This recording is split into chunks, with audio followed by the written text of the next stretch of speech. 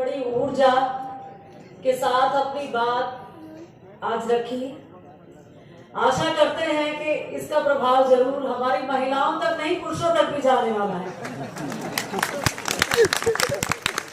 अगर इस विषय पर केवल महिलाएं ही मंथन करें और अपनी बात रखें तो इस विषय के साथ लगता है न्याय नहीं हो सकता। ये जरूरी है कि हम सबकी उसमें भागीदारी हो।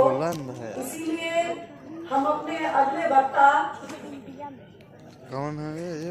मूल निवासी ललित कुमार जी, राष्ट्रीय कोषाध्यक्ष मूल निवासी विद्यार्थी संघ, उन्हें आमंत्रित करते हैं कि वो इस विचार मंथन को आगे बढ़ाएं और हमारा मार्गदर्शन करें।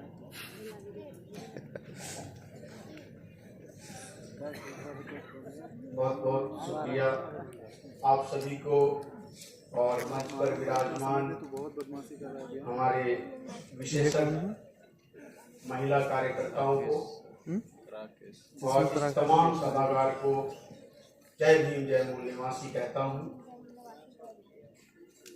और ये जो विषय रखा है इस पर बड़े कम समय में किसी एक महिला वक्ता के कृपा से कि वो नहीं आई और मुझे इस पे मौका मिल गया।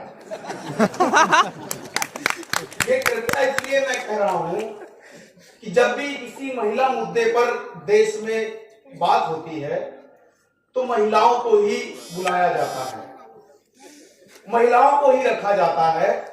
शायद इस सत्र में भी सारी महिलाएं थी, एक नहीं आई तो मुझे रखा और मैं अपने आप को फंसा सा महसूस कर रहा था कि आखिर कहना क्या है। लेकिन मेरा सबसे ज्यादा इंटरेस्टेड जो मैं अपने आप को समझता हूँ वो महिला मुद्दे हैं और जो शोषित पीड़ित बेजुबान है उनकी जुबान बनने का मुझे बहुत सुकून मिलता है। लेकिन वो समय उतना नहीं मिला कि मैं कुछ तैयारी कर पाऊं, तो सोच रहा था क्या बोलूंगा, तो कुछ लिखने बैठा तो फिर इतना लिखा गया कि अब क्या क्या बोलूं क्या नहीं बोलूं। तो मैं बड़े असमंजस में हूं, पता नहीं इस टॉपिक के साथ में मैं न्याय कर पाऊं कि न कर पाऊं। लेकिन सवाल ये मैं जरूर करूंगा और एक पक्ष से नहीं करूंगा, क्योंकि मुझे मौका मिला और मैं 2 दिन से जब से मुझे पता चला तो मैं पंडाल में घूम रहा था और पुरुषों से बोल रहा था बताओ क्या कहना है, और महिलाओं से भी पूछ रहा था कि बताओ क्या कहना है। लेकिन मुझे ये बात समझ में आई कि एक शिकारी है और वो एक शिकार है जिस शिकारी का वो शिकार हो रहा है, वो शिकार है मूल निवासी। और उस मूल निवासी में जब बात महिला की आती है तो वो शिकार का भी शिकारी है, शिकार का भी शिकार है। एक शिकारी है और उस शिकारी का जो शिकार है महिला उसका भी शिकार है। और इसलिए मैं शिकारी को भी, शिकार को भी और जो शिकार का शिकार बन रहा है उसको भी, तीनों को छोड़ने वाला नहीं हूं। क्योंकि मुझे देश में घूमने के समझने के बाद ये समझ में आता है कि महिलाओं के मुद्दों पर पुरुष ताली बजाने में इंटरेस्टेड नहीं है। ये मुद्दा महिलाओं का है, ये टॉपिक महिलाओं का है। लेकिन सिर्फ आरोप लगाने से काम चलने वाला नहीं है कि महिलाएं सिर्फ पुरुषों पर आरोप लगाती रहें और अपनी जान बचाती रहें। एक बड़ा इंटरेस्टिंग आरोप सुनने को मिला सर। आरोप है कि एक औरत कह रही है कि एक शराबी अपनी एक पीढ़ी को बर्बाद कर देता है। एक शराबी अपने घर में शराब पीता है, घर में आता है, बच्चों पे ध्यान नहीं देता है, अपनी पीढ़ी को बर्बाद कर देता है, अपने बच्चों वाली पीढ़ी को। तो शराबी ने जान बचानी है भाई। तो शराबी ने कहा कि एक ब्राह्मणवादी औरत कई कई पीढ़ियों को बर्बाद कर देती है। और अगर इस आरोप की श्रृंखला को आगे बढ़ाऊं तो ये खत्म होने वाली नहीं है। शिकारी को दोष देने वाला हूं, शिकार को भी दोष देने वाला हूं, और जो शिकार हो रहा है जुल्म करने वाले से ज्यादा जुल्म सहने वाला गुनहगार है। मैं इससे थोड़ा आगे बढ़ना चाहता हूं कि जुल्म सहने वाले से भी ज्यादा जुल्म देखने वाला भी गुनहगार है। तो वो कौन है, ये भी चौथा आदमी ढूंढना है। और ये जो टॉपिक कि संविधान से अधिकार प्राप्त महिलाएं मनुस्मृति की वाहक क्यों, और अर्चना जी ने जो बात रखी, बहुत सारी चीजें उन्होंने बता दी, मुझे वो बताने की जरूरत नहीं है, लेकिन सच्चाई ये जानने की जरूरत है, इसमें एक संविधान की बात हो रही है और एक मनुस्मृति की बात हो रही है, और इन दोनों चीजों को ना तो महिलाएं जानती हैं और ना पुरुष जानते हैं। तो फिर चर्चा किस पे? तो अर्चना जी ने बोला कि हमारे घरों में या समाज में वो बड़े बड़े धर्म ग्रंथ नहीं है कि हम महिलाओं को बोले कि तुम धर्म ग्रंथों की शिकार हो, जकड़ में हो, गुलाम हो।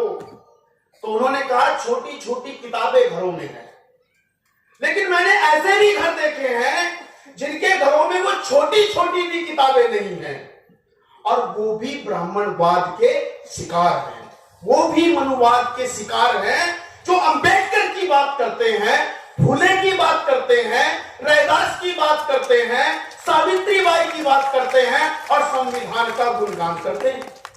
वो भी ब्राह्मणवाद के शिकार हैं। लेकिन क्यों? मैंने ऐसा समझा कि वो शिकार जानबूझकर नहीं है, वो शिकार किसी को जानबूझकर नहीं बना रहे हैं, उनको अज्ञानता की वजह से उन तक ना मनुस्मृति हम पहुंचा पा रहे हैं, ना ही संविधान पहुंचा पा रहे हैं।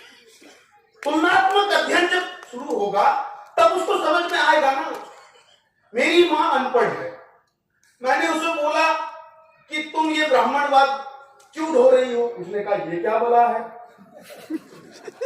उसने कोई किताब नहीं पढ़ी, उसने कोई धर्म ग्रंथ नहीं पढ़ा, फिर भी वो ब्राह्मणवाद का शिकार है। मैं ऐसा बोल रहा हूं, अपने कई लोगों को बोलता हूं, तो ये बड़ा अटपटा लगता है कि आखिर वो ब्राह्मणवाद कहां है और कैसे वो आया। इसको मैं आपके सामने रखना चाहूंगा, और इसमें इसका इलाज भी इस टॉपिक में बोला है। सिर्फ ये बीमारी बोलने की जरूरत नहीं है। तो जब महिलाओं पर बात आती है, और मैं बड़ा इंटरेस्टेड होकर के इस पर कई जगह बात रखता हूं, और मेरी उम्र बहुत थोड़ी लगती है कि भाई छोटा है, और ऊपर से एक सबसे बड़ी समस्या है कि मैं शादीशुदा नहीं हूं। तो जब पारिवारिक रिश्तों की बात आती है, क्योंकि मैं सोशल साइंस का, सोशियोलॉजी का स्टूडेंट हूं, पॉलिटिकल साइंस का स्टूडेंट हूं, और आप लोगों ने पता नहीं और कौन कौन सा स्टूडेंट बना दिया जब ये बात मैं रखता हूं, तो वो मुझे बोलते हैं एक तो तुम शादीशुदा नहीं हो, ऊपर से तुम महिला नहीं हो, तो फिर तुम कैसे ये बात अच्छी हम कहें कि तुम बढ़िया रख रहे हो। तो मैं उनको एक बात कह के ये बात कहना चाहता हूं, आप लोगों में से भी कुछ के दिमाग में होगी कि कैंसर का इलाज करने के लिए डॉक्टर को कैंसर का बीमार होने की जरूरत नहीं है। जरूरी नहीं है कि एक महिला ही महिला के दर्द को रख सकती है।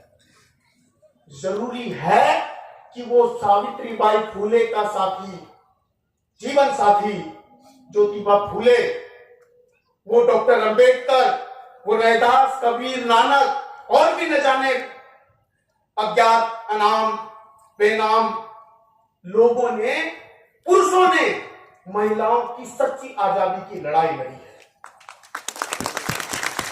उनकी कैंसर से भी ज्यादा खतरनाक बीमारी का इलाज खुद बीमार होकर जरूरी नहीं है, तब भी उस बीमारी का इलाज खोजने की कोशिश की है।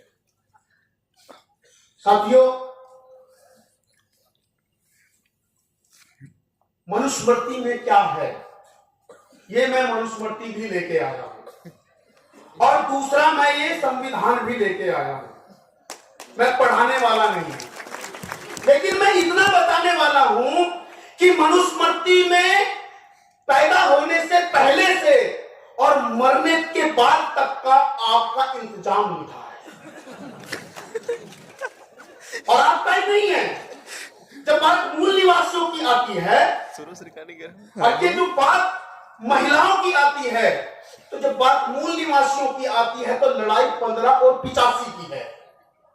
लेकिन जब बात महिलाओं की आती है तो लड़ाई 15 और 85 की नहीं रहती है, लड़ाई उससे आगे बढ़ती है और लड़ाई हो जाती है 15-85 से बढ़कर के।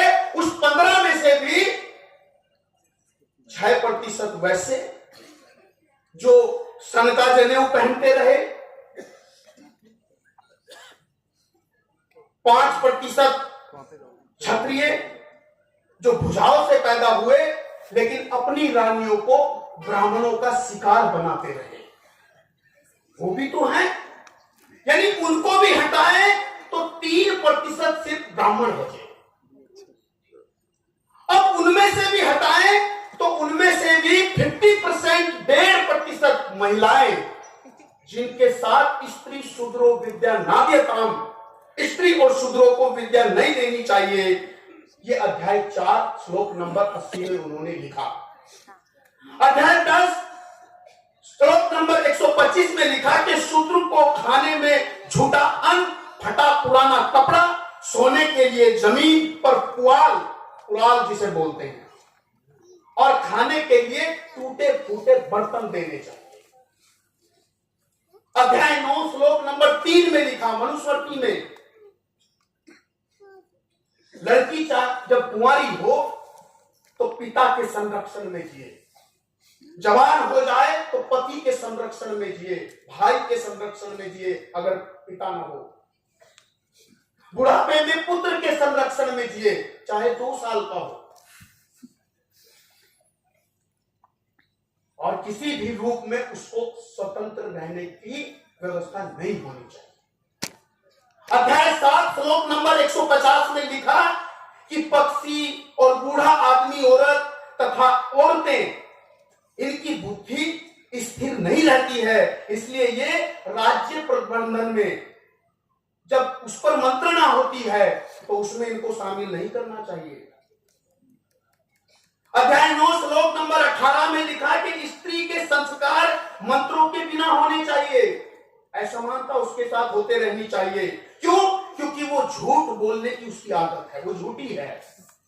स्त्री को बोला, और स्त्री कौन है? वो उसकी मां भी है, उसकी बहन भी है, उसकी बीवी भी है, वो उसको भी बोल रहा है, उसको भी नहीं छोड़ रहा है। इसलिए मैं कह रहा हूं ये लड़ाई सिर्फ 15-85 की नहीं है। जब बात महिला की आती है तो ये लड़ाई उस 1.5% मुट्ठी भर ब्राह्मण के खिलाफ, ब्राह्मणवाद के खिलाफ।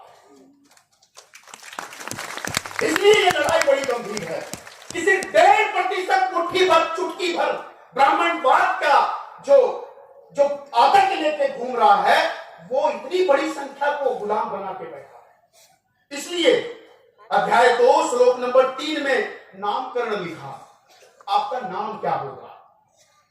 ब्राह्मण का मंगल सूचक, क्षत्रिय का बल सूचक युद्ध वीर सिंह, वैश्य का करोड़ी मल धन सूचक, और शूद्र का छज्जू, रगड़ू, कलवा, छजवा।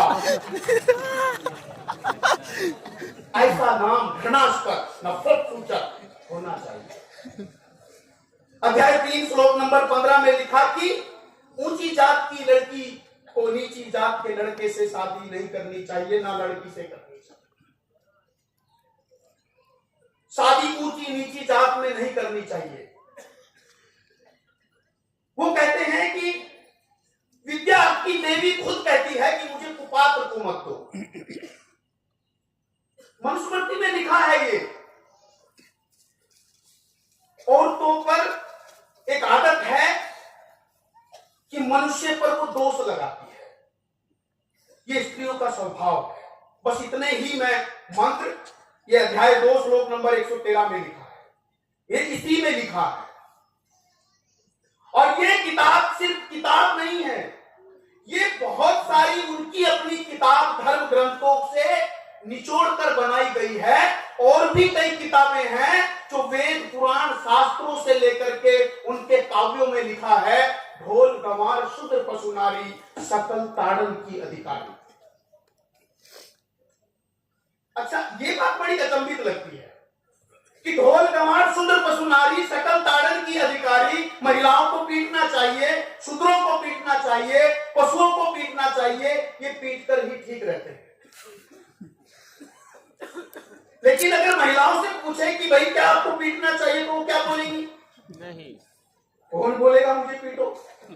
लेकिन हमारे उत्तर भारत के, खासकर मैं अपने यहाँ देखता हूँ और मैं अक्सर ये बोलता रहता हूँ, और जब महिलाओं को ये बात बताता हूँ कि हमारे उत्तराखंड, उत्तर प्रदेश और उत्तर भारत में महिलाएं जब अपने नए जीवन की शुरुआत विवाह के बाद करती हैं, तो पहले दिन से पिटाई का उद्घाटन शुरू होता है।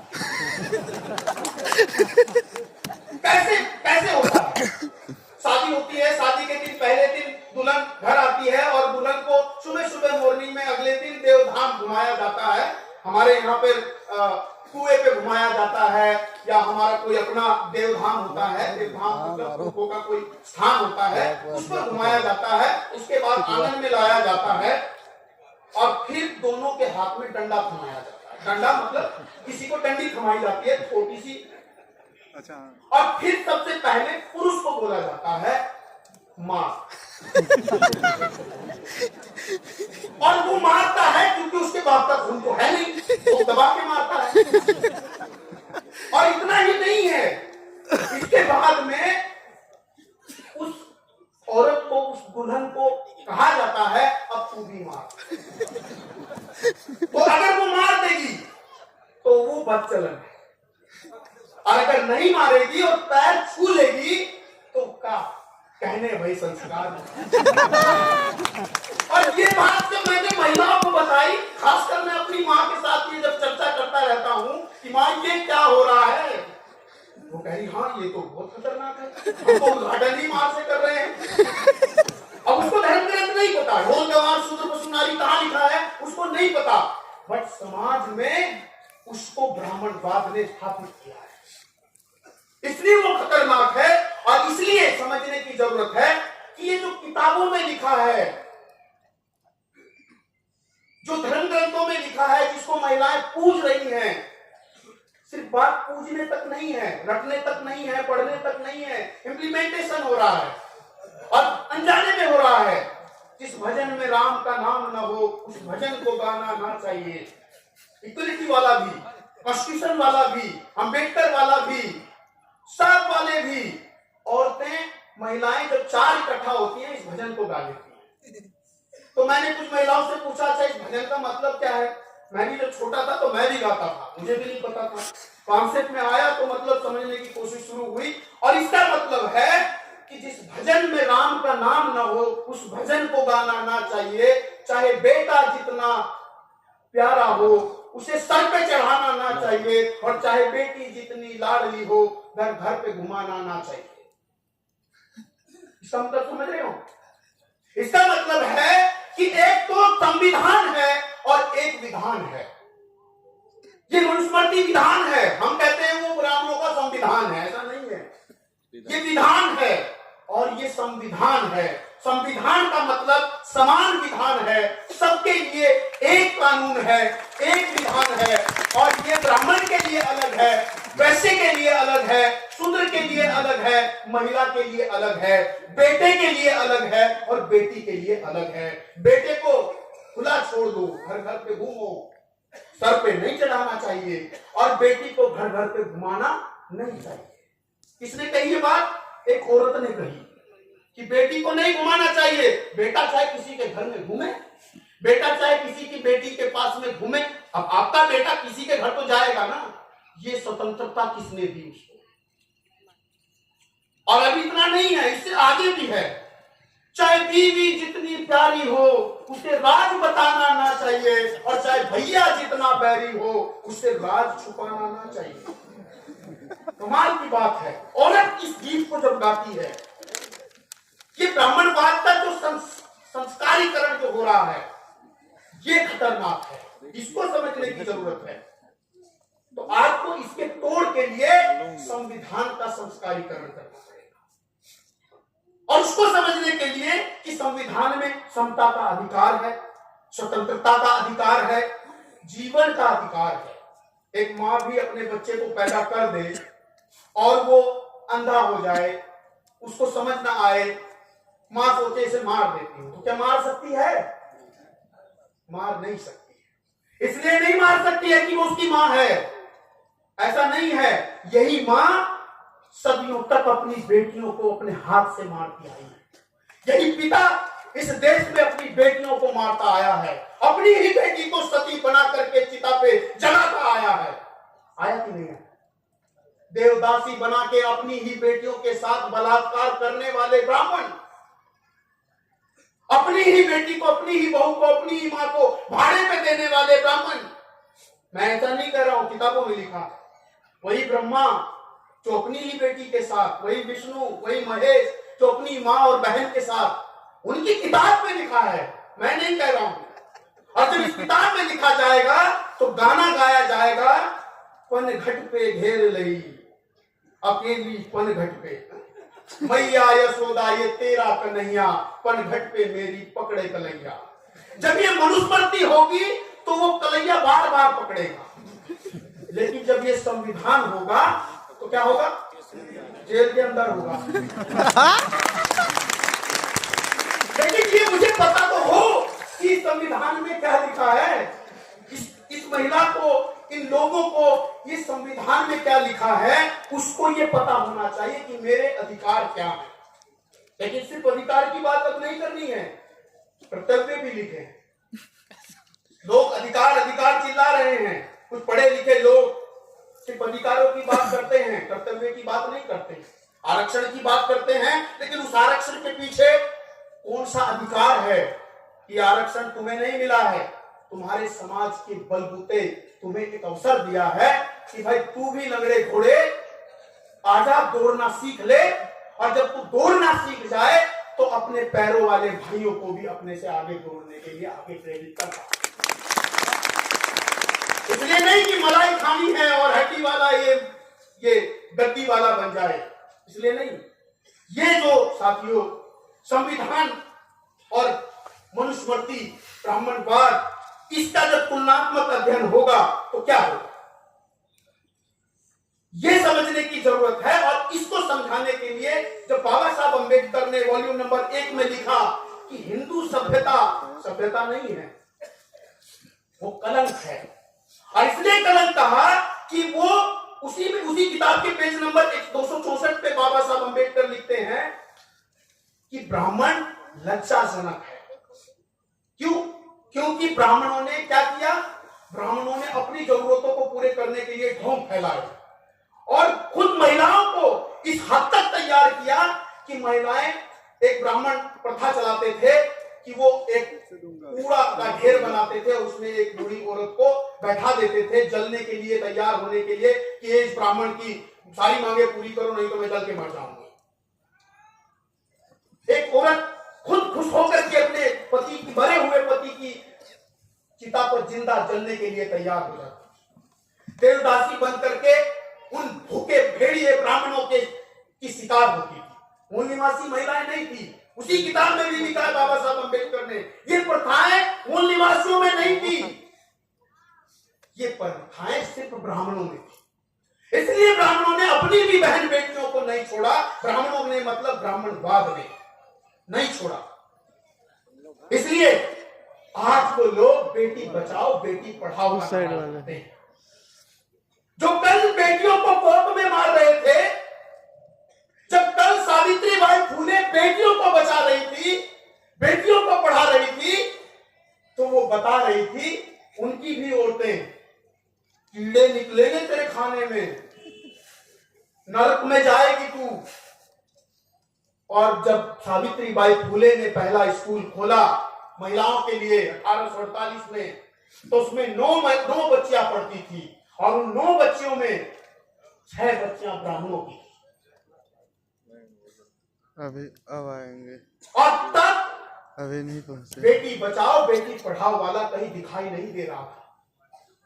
लेकिन आज वो बेटी बचाओ बेटी पढ़ाओ कहने वाले लोग जो भ्रूण हत्या करते रहे, जो कोक में मारते रहे, कोक से बाहर आके मारते रहे, बचपन में इज्जत लूटते रहे, उस महिला की, वो बहन थी, माँ थी, बेटी थी, कुछ भी थी, बट उसने इस ब्राह्मणवाद ने नहीं बख्शा।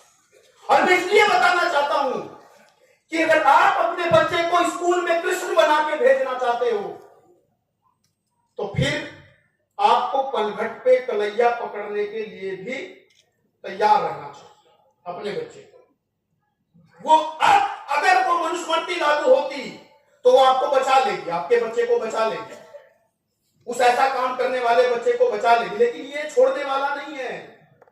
लेकिन ये आपको पता होना चाहिए, ये इस देश की महिला को पता होना चाहिए। अगर ये इस देश की महिला को पता लगेगा तो फिर बेटी बचाओ बेटी पढ़ाओ की बात करने वाले एनसीआरबी की रिपोर्ट को छुपा नहीं पाएंगे कि आज इस देश में 3.5 लाख एसिड अटैक, बलात्कार, गैंग रेप, छेड़छाड़ के केस हर साल इस भारत में होते हैं।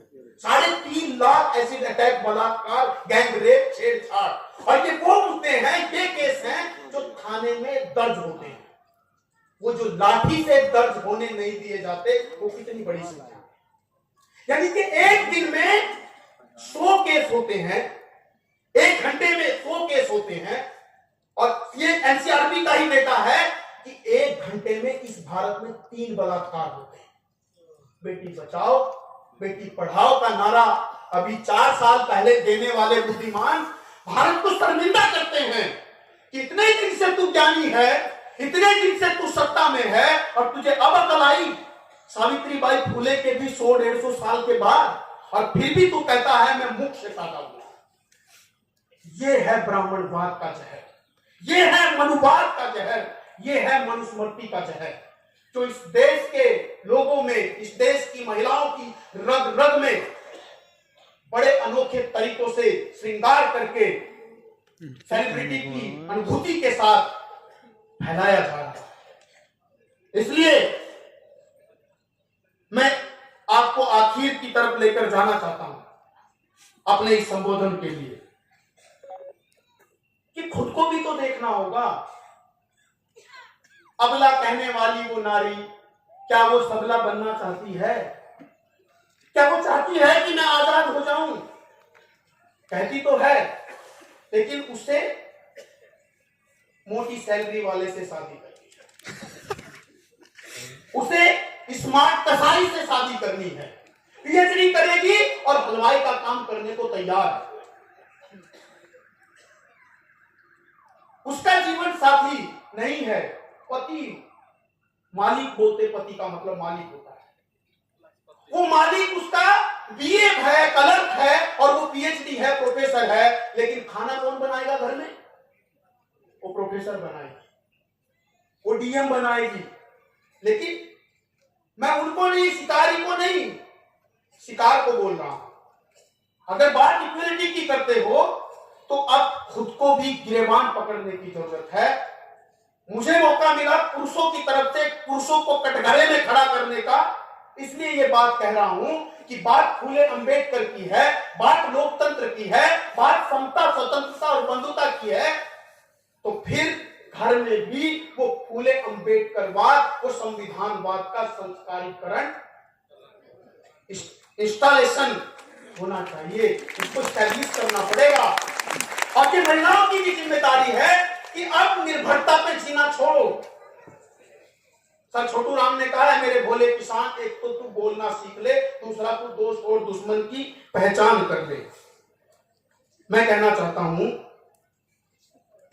कि मेरी माता और बहनों, मेरी भी 2 बात मान लो। एक तो रोना छोड़ दो, एक तो रोना और सुबकना छोड़ दो, लड़ना सीखो।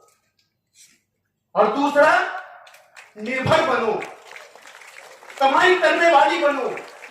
अगर महिला के पास में संपत्ति होगी तो पुरुष के सामने हाथ फैलाने की जरूरत नहीं पड़ेगी।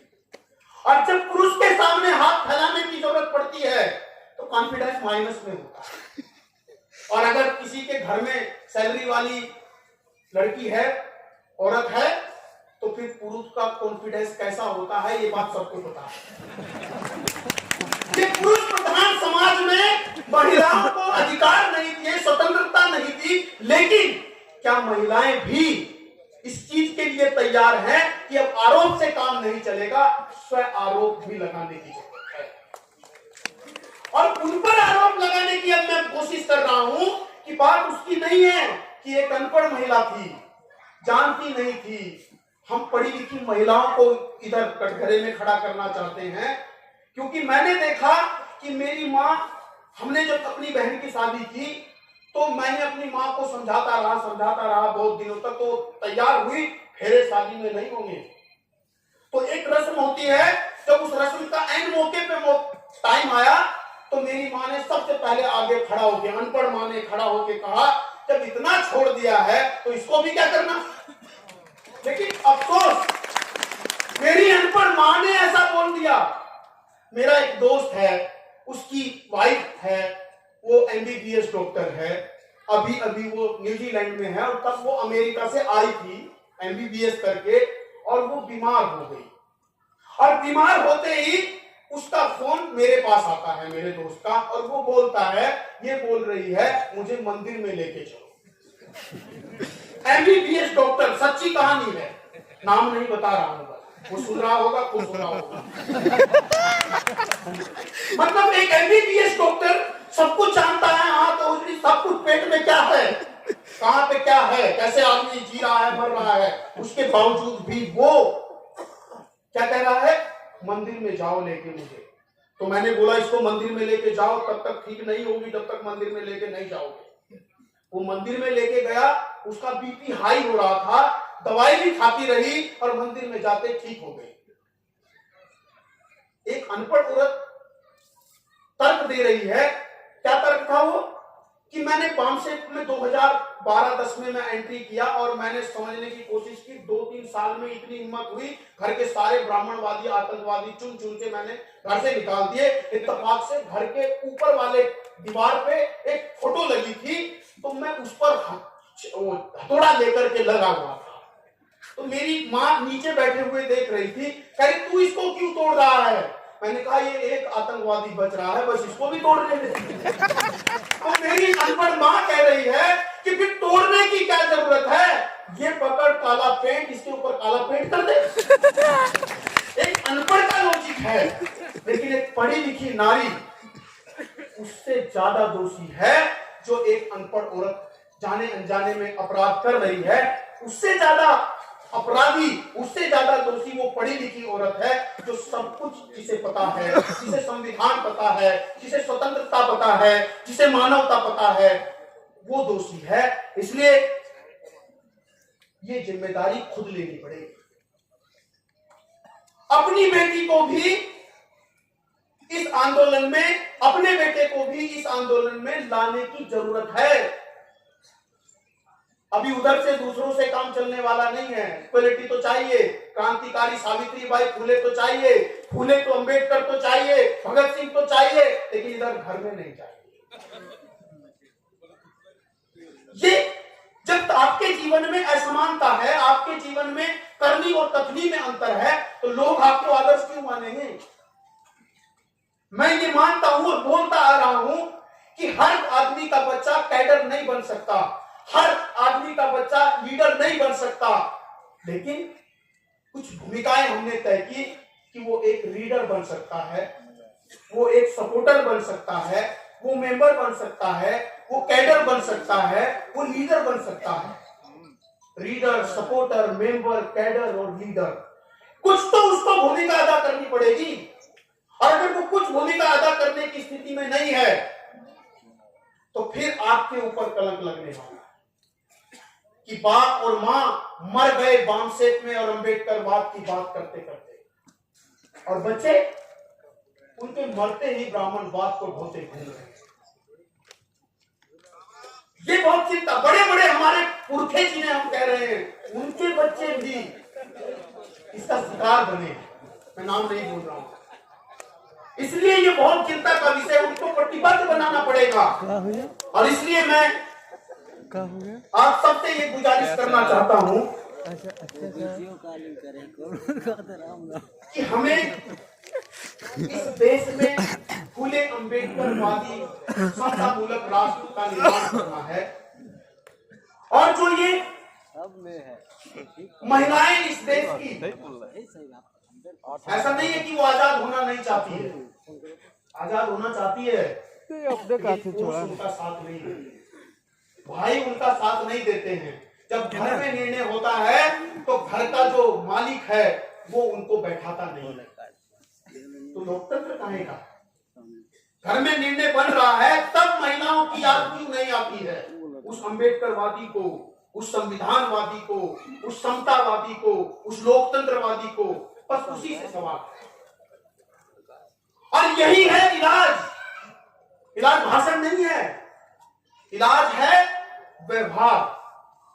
विचार से जो नहीं सुधरता है वो व्यवहार से सुधर सकता है, और जो विचार से नहीं सुधरता, व्यवहार से नहीं सुधरता, वो उसके लिए फटकार है, उसको उससे सुधारा जा सकता है। लेकिन दुनिया में सबसे बड़ा हथियार अगर परिवर्तन का है, हृदय परिवर्तन का है, तो वो व्यवहार है। और हम विचार बांटते घूम रहे हैं, लेकिन विचार और व्यवहार में अंतर है। इसलिए ये इलाज मुझे लगता है इस ब्राह्मणवाद का शिकार जो महिलाएं हैं उनको, इस देश की महिलाओं को ब्राह्मणवाद के चंगुल से निकालने के लिए हमें फूले अम्बेडकरवादी व्यवहार करना पड़ेगा। और जब तक फूले अम्बेडकरवादी व्यवहार नहीं होगा, ये बातें सिर्फ करने कहने की होंगी,